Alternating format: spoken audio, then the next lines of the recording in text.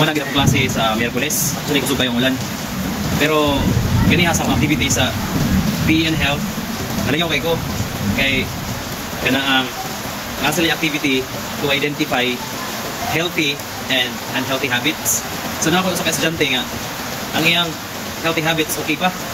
So nag-exercise, nagtuloy siya mga pagkaon. Pag abot sa unhealthy habits, dito na, number 1, number 2, number 3, okay pa. Number 4, number 5. Pag abot sa number 7, dala kinay number 7.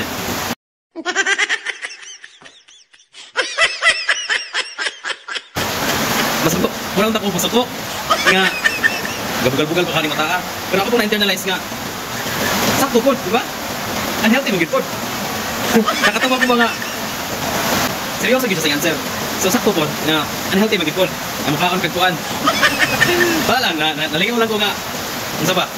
So, as teachers, no, hindi kita maka-expect kung unsa ginabuhat sa kong bata kay pero may ba nga ma-surprise ta? Natin sa lang yung mindset. So, nalingaw lang ko kakapuna. I-share ako, nalingaw ko.